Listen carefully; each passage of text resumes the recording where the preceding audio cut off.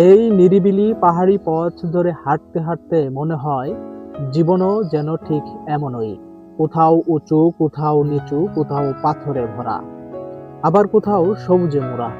মানুষ ভাবে সুখ মানেই গন্তব্য, কিন্তু জীবন শেখায় আসল গল্পটা লুকিয়ে থাকে পথ চলার মধ্যেই।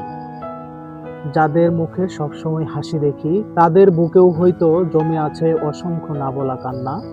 সবাই নিজের মতো করে লড়ছে, কেউ সংসারের সঙ্গে, কেউ স্বপ্নের সঙ্গে, কেউ নিজের ভেতরের ভাঙাচোরা মানুষটার সঙ্গে।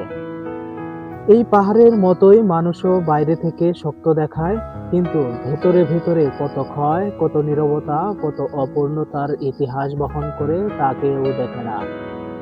সময় বড় অদ্ভুত, যাদের জন্য এক সময় সবকিছু করতে ইচ্ছে হতো, একদিন তারাই হয়ে যায় দূরের মানুষ।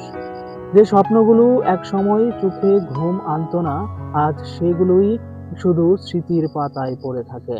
তবুও জীবন থেমে থাকে না।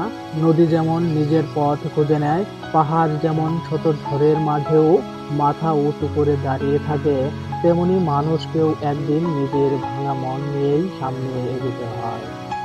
জীবন আমাদের সব ইচ্ছে পূরণ করে না, কিন্তু প্রতিটি অভিজ্ঞতা একটি নতুন শিক্ষা দিয়ে দেয়।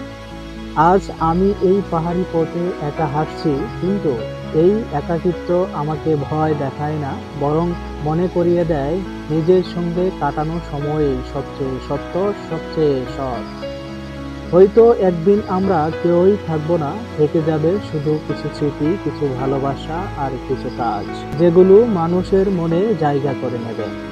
তাই অন্যকে হারানোর প্রতিযোগিতায় নয়, নিজেকে মানুষ গড়াই যাত্রায় নামুন।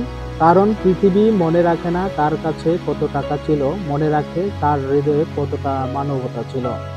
পাহাড়ের এই নীরবতা আজ যেন একটাই কথা বলছে, ধীরে চলুন, গভীরভাবে বাঁচুন।